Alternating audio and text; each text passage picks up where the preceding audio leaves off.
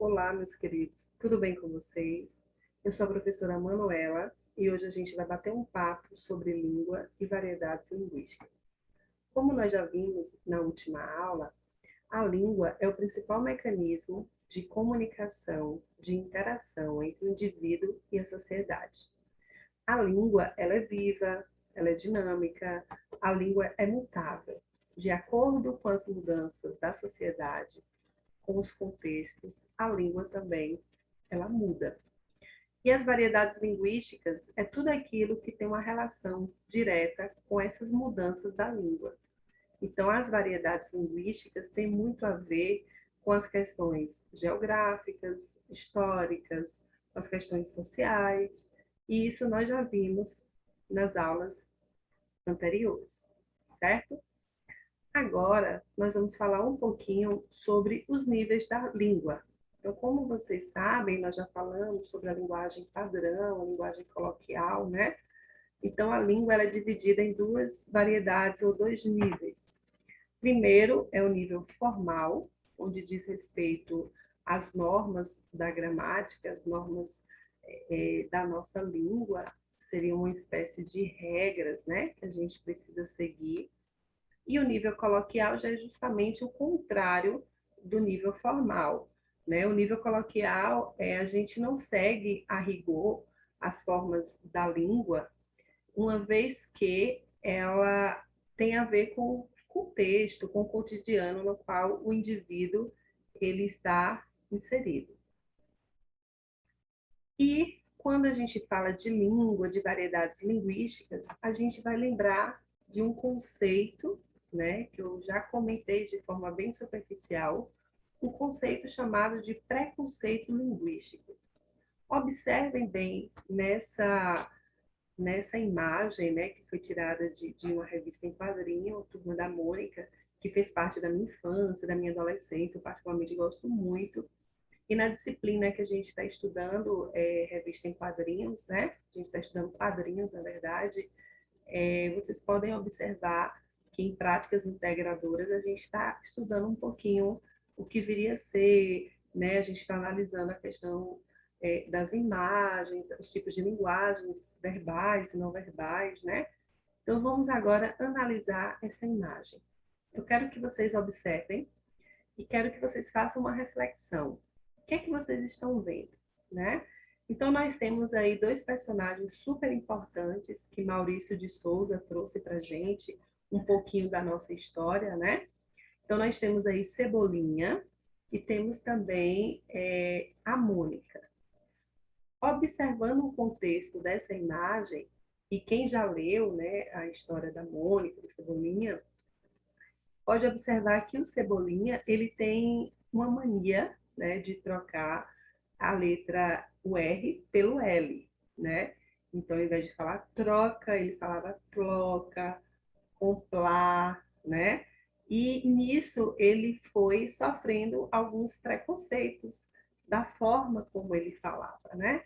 Então, observem aí nessa imagem como a Mônica ela utiliza o poder, né, que ela exerce dentro da própria historinha em quadrinho, né, ela tem esse papel mesmo assim de demonstrar poder, né?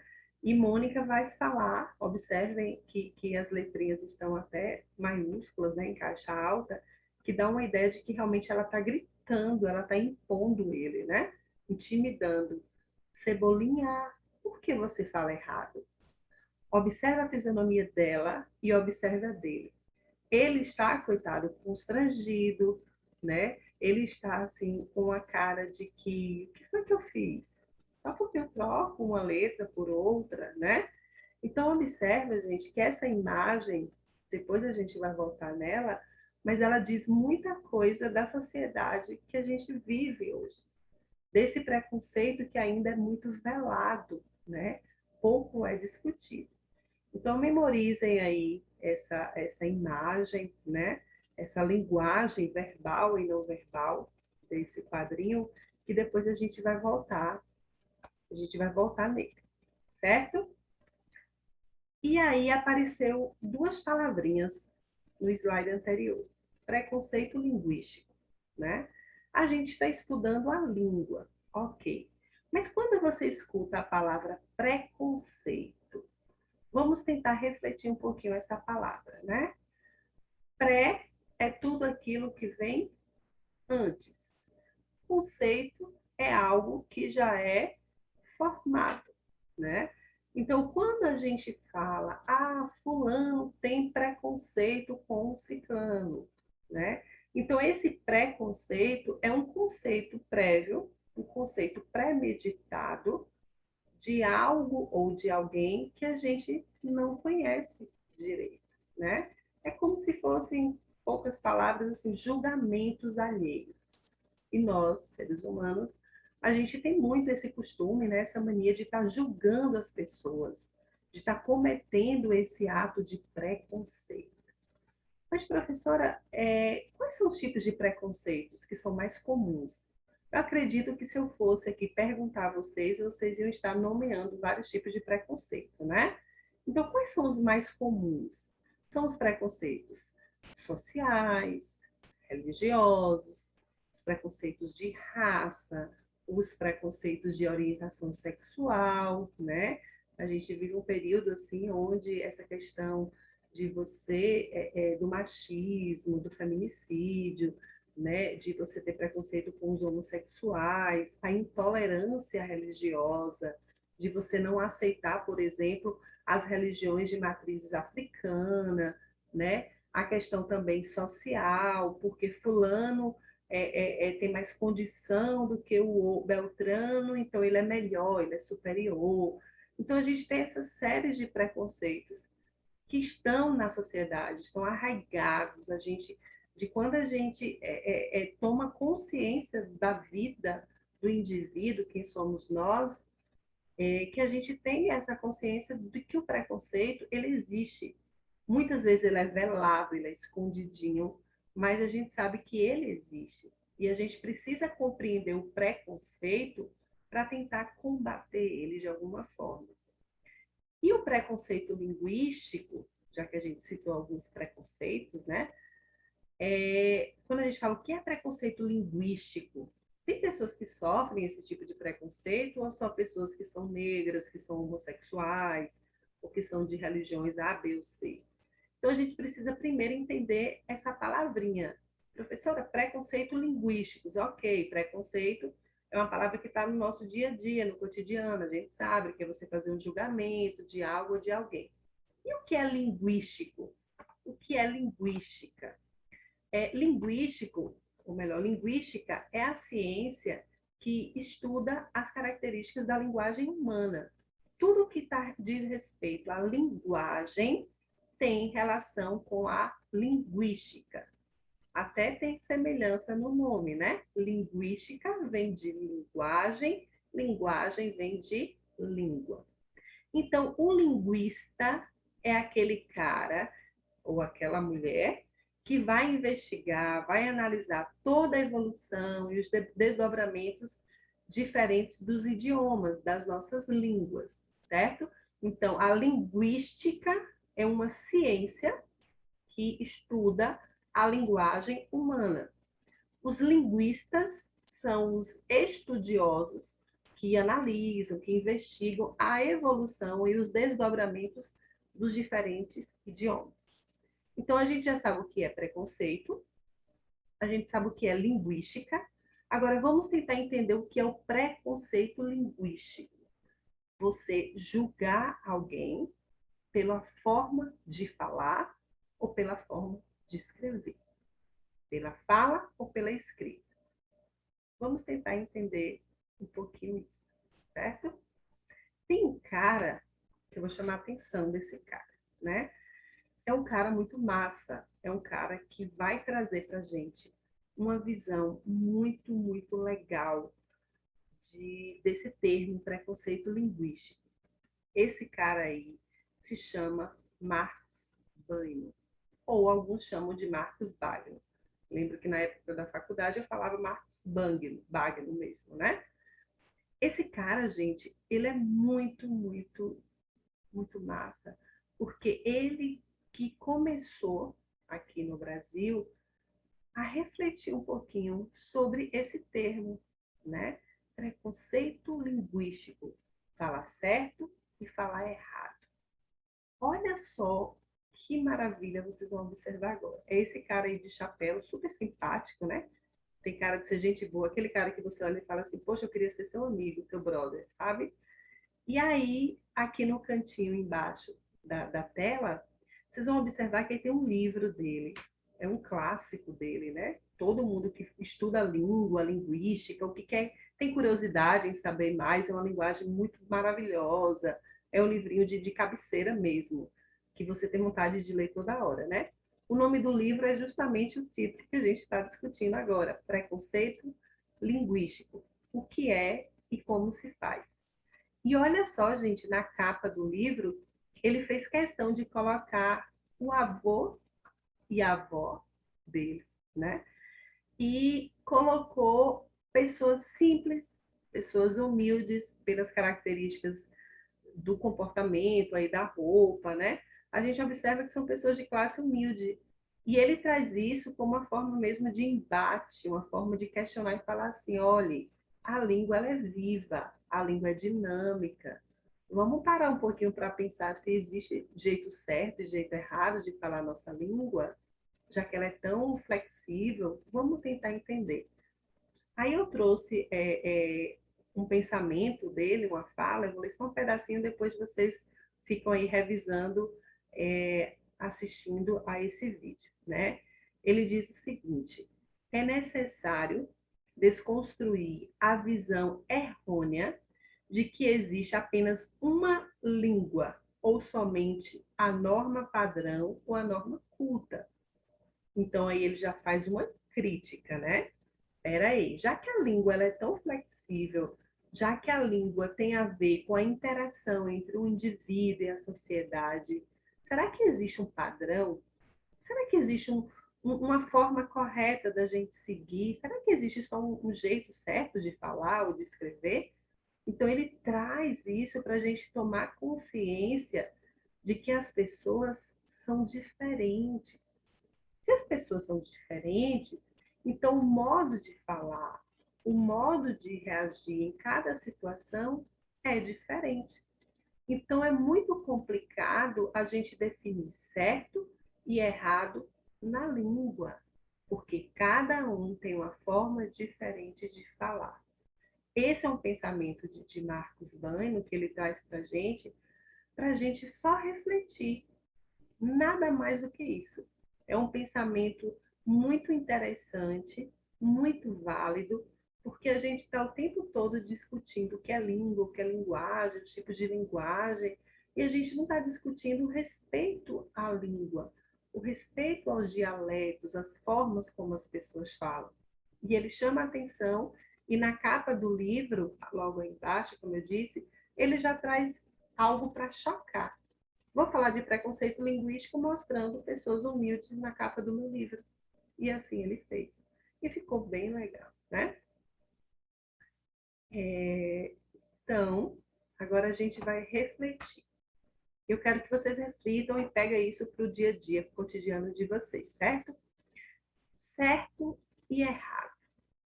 Na opinião de vocês, existe um jeito certo de falar? Esquece os livros, os teóricos, né? Esqueça Marcos Bueno que eu falei agora, né? Você, enquanto aluno de primeiro ano, estudante, que está numa faixa etária de transição, de aborrecência, né? De mudanças hormonais, comportamentais, vocês acham que existe um jeito certo e um jeito errado de falar? Exemplo. Você chega, bate um papo com um amigo, com um parente, não sei. E a pessoa vai falar assim para você: Ei, nós vai comprar pão? Observe. E ó que eu coloquei aí no exemplo 1, nós, o pronome mesmo, corretinho, de acordo com a gramática, né? A grafia. E nós, com I, vai comprar pão. E no exemplo 2 nós temos: nós vamos comprar pão. Observe. Se você, a língua os linguistas, que é aquela galera que estuda a variação da língua, as formas da língua, tudo que tem a ver com a língua, os linguistas estudam. Então, eles vão dizer assim: se houve comunicação, se houve interação entre as pessoas, entre o falante, entre o emissor e o receptor, ok, é aceito, porque houve comunicação. É isso que os linguistas defendem. Então, quando alguém fala, nós vai comprar o pão, você entende o que a pessoa quer falar? Sim. Você vai se deslocar de um local, vai se deslocar no tempo e no espaço, e você vai a uma panificadora, um supermercado, e você vai comprar o pão e voltar para sua casa e comer seu pãozinho de boa. Então, isso é um entendimento, isso é uma comunicação. Então, se houve comunicação, tá tranquilo, tá beleza, certo? A gente está falando da forma falada, certo? Mas, por exemplo, se você vai fazer uma prova do Enem, uma redação, e você coloca nós vai, o Enem exige a norma padrão, a norma culta, que a gente já conversou sobre, que são as normas que a gramática impõe para a gente, as regrinhas que a gente tem que seguir. Então, se você coloca lá numa redação do Enem, ou numa prova que a professora Manuela, a professor Raquel, o professor Marivaldo passa, né? E você coloca, nós vai comprar pão, isto é errado, porque você está passando por um processo de seleção na escola, ou se você vai apresentar um seminário, você vai falar, nós vai, né? Isso não é aceito de acordo com a gramática. Agora, se você vai tem um agricultor, né? Tem um agricultor, você vai lá numa roça, o cara nunca foi à escola, o nível cultural da pessoa é diferente, né? E aí você chega lá e fala pro cara, o cara vai falar para você, nós vai comprar pão, tá tranquilo, houve comunicação, você compreendeu a fala do seu interlocutor. Para os linguistas, isso é tranquilo, certo? Então, quando a gente vai refletir o certo e o errado, a gente tem que tomar um pouquinho de cuidado com os contextos, certo? Concordam comigo?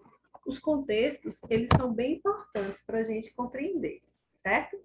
Então, assim, o contexto no qual a gente está se referindo são as situações. Então, se eu digo para os meus alunos, nós vai assistir à aula, poxa, a professora Manuela, formada em letras pela UNEB, falando nós vai, vocês vão achar meio que ridículo, vocês vão ter preconceito comigo, porque eu sou uma professora de língua portuguesa.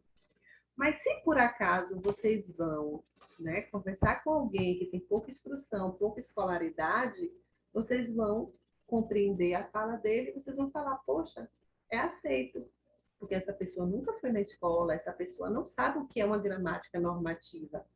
Então, por isso, gente, que a gente tem que fazer uma reflexão de que o certo e o errado é muito relativo. Depende da situação, depende do momento.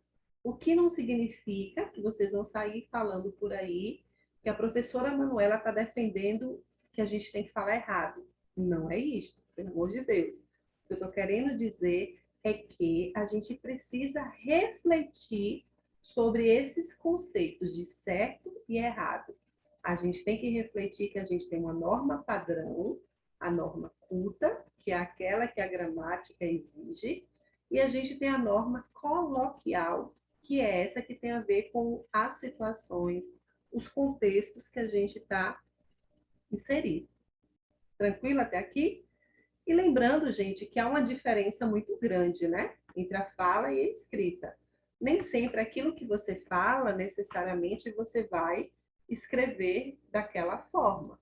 Então, normalmente, na escrita, a gente precisa ter mais essa precisão vocabular na hora de escrever. Tem que ter uma atenção maior. Na fala, tem mais essa ligação com o contexto, com o momento. Exemplo, se você vai escrever no WhatsApp, que hoje as mídias sociais elas estão aí o tempo todo, né? Então, se você vai escrever no WhatsApp, por exemplo, você vai abreviar um monte, né? Ao invés de você colocar bom final de semana, você coloca bom FDS, você vai colocar VC, enfim. E você vai fazendo abreviações. Por quê? Porque a gente tem que ganhar tempo. No WhatsApp, por exemplo, eu sou professora de língua portuguesa, mas no WhatsApp eu não tenho muita paciência em digitar. Então, o máximo que eu puder abreviar, eu vou abreviando. Pode ser com quem for que eu converse, certo? Então, na verdade, isso não é um vício de linguagem, isso não é, é uma adequação, gente. A língua, ela muda o tempo todo, então a gente tem que se adequar. Agora, quando eu for, por exemplo, elaborar uma prova, quando eu estou dando aula para vocês, eu tento ser o máximo possível formal, pelo menos eu tento, né? Apesar que eu gosto muito do coloquialismo, eu gosto de conversar com vocês numa linguagem que vocês compreendam, trazendo exemplos do dia a dia, da rotina de vocês. Então, a linguagem, ela é contexto, ela é momento. E a fala e a escrita, elas são diferentes. A escrita, ela tem mais a ver com a grafia. A fala é a parte fônica, é o som, né? Então há uma diferença e algumas pessoas acabam confundindo um pouquinho, certo? Então, como eu disse, a modalidade da língua, ela pode ser falada ou escrita. A língua falada, ela é fônica, ela é percebida pela audição e pelo som, né? A língua escrita, ela é marcada por sinais gráficos convencionais, no caso as letras, né? E a gente precisa, de verdade, fazer uma reflexão sobre como a gente trata o outro. A gente fala tanto de empatia, a gente está num momento pandêmico, né? Já quase tem mais de um ano que a gente está na pandemia, então, assim, a gente está buscando muito pensar no outro. Então, quando vocês, a partir de hoje, dessa aula, peguem esse conteúdo para a vida de vocês, quando vocês pensar em julgar alguém que falou uma palavra errada, não está de acordo com a gramática, ou constranger alguém, ou julgar alguém pela forma de falar, ou pela escrita, reflitam um pouquinho, porque o preconceito linguístico, ele fere, o preconceito linguístico, ele causa traumas em pessoas, depressões, mas a gente não fala no nosso dia a dia. A mídia não fala, a televisão não fala sobre o preconceito linguístico. E a gente precisa se atentar. A gente tem que aprender a respeitar as diferenças. E esse discurso, ele não pode ficar somente na teoria, ele tem que ir para a prática também. Então, você já conhece um pouco da língua, das variedades linguísticas, da modalidade da língua. Vocês agora vão poder falar com propriedade. Eu conheço o que é a língua, eu conheço o que é o preconceito linguístico que a galera não fala. Puxe, traga isso para a roda de conversa com seus amigos, com familiares. É uma discussão bacana, é saudável. Pesquisem mais sobre isso, certo? Então, na aula de hoje, a gente vai ficando por aqui. Lembrando que eu não vou passar nenhuma atividade hoje, mas eu vou passar uma pesquisa para vocês, certo? Como vai ser essa pesquisa? Eu quero que vocês, eu quero que vocês comecem a observar onde vocês vivem, onde vocês moram, e comecem a notar como a língua é dentro dessa região que vocês estão, dentro da casa de vocês, do convívio com os amigos, né? Comece a observar como as pessoas falam. Comecem a observar se você, às vezes, ridiculariza alguém ou se você vê alguém dando uma risada, zombando de alguém. Eu quero que vocês registrem isso no caderno, certo? E coloque isso como se fosse um diário. Eu quero que vocês vão fazendo isso, porque depois eu quero bater um papo com vocês numa live ao vivo.